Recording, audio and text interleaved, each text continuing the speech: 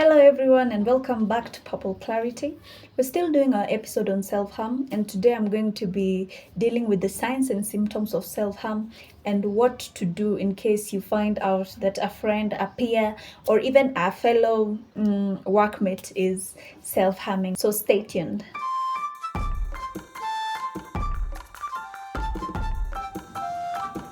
Okay, so there are various ways to know that someone is self-harming, and these signs include having fresh cuts and wounds, especially around the arm area and the legs or even the thighs. That people who self-harm, sometimes they're guilty or ashamed of self-harming, so they tend to inflict pain on themselves in places that are a little bit hidden, not places that you are able to see very clearly.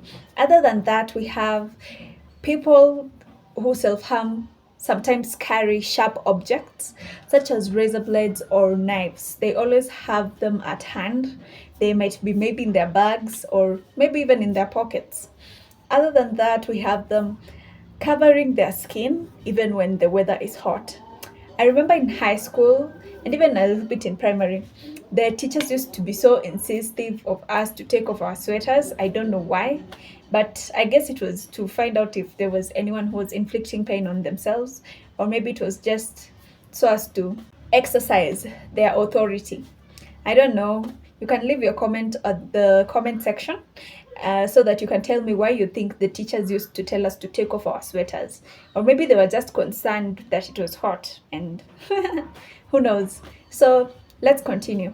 Other than that, people who self-harm make excuses about how they got those scars. Someone can just come up with a story that doesn't add up. And most of the time, you'll be concerned about it because you'll think that someone from the outside is abusing them and you really, really want to help. So, I'm going to be dealing with how you can help them. The greatest way you can help a person who is self harming is by reaching out to them. Sometimes they just need someone to talk to and share their emotions with. So, I'm going to be dealing with different categories of how you'll be able to deal with self harm. To begin with, there's child to child or adolescents or teens to teens peers. So when you find out that your friend is self-harming, the best thing for you to do, first of all, is to realize that it is not your fault that they are self-harming, and it is not your responsibility to fix their behavior. So you're supposed to advise them to speak to someone, either a parent, and if they're not comfortable with talking to their parent, they can talk with an adult who they trust or a school counselor so that they can be able to get the help that they need. You are not able to help them at this position. The only way you can help them is by listening to them and talking to them in case they want to talk about whatever the issue is. And don't be judgmental. Just take things slowly and get to listen to them. Sometimes you might feel like someone's problems are too little, like they don't matter. So it's very easy for you to judge them, especially when you're experiencing something worse and you find yourself being strong. Being strong for you is an advantage, but some people are not able to handle some kind of pressure.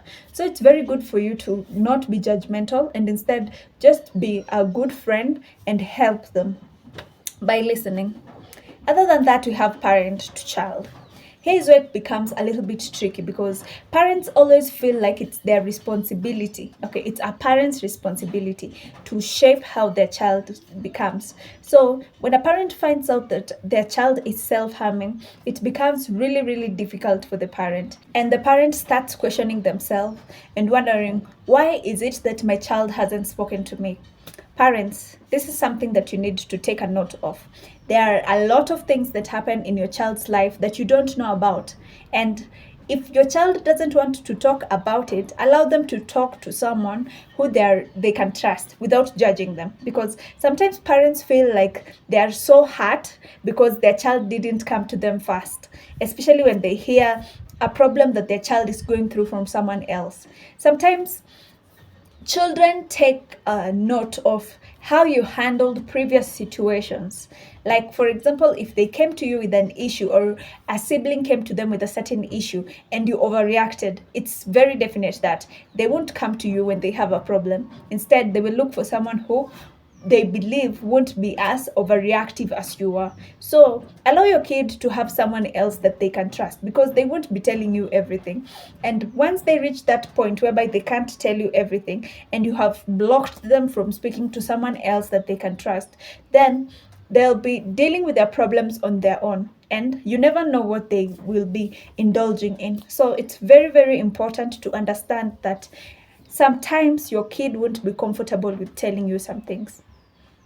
I hope you have taken a note of that. Anyway, it's very good for the kids, teenagers, and whatever age, as long as you have a parent, it's very good for you to be open with your parent. But I understand that sometimes it's not possible. Let's get back to the topic.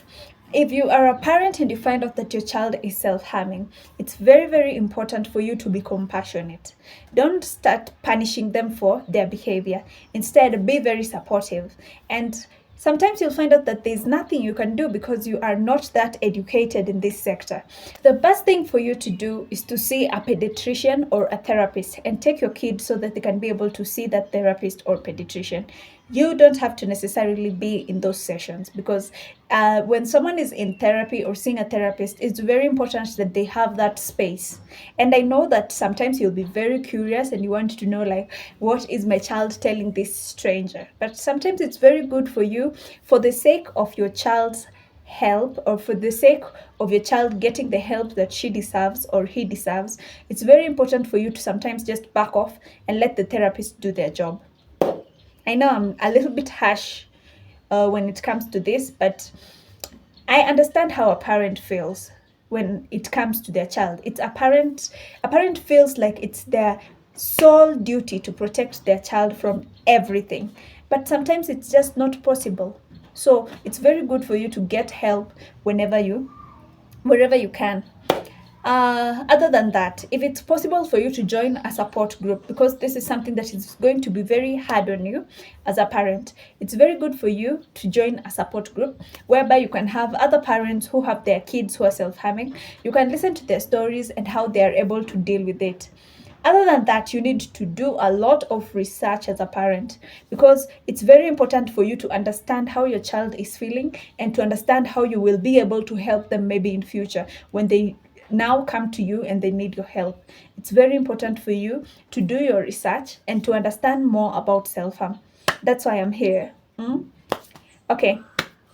Other than that, we have the adult to adult situation. For example, it's your colleague at work. So the best thing for you to do to begin with is to listen. Always take your time to listen.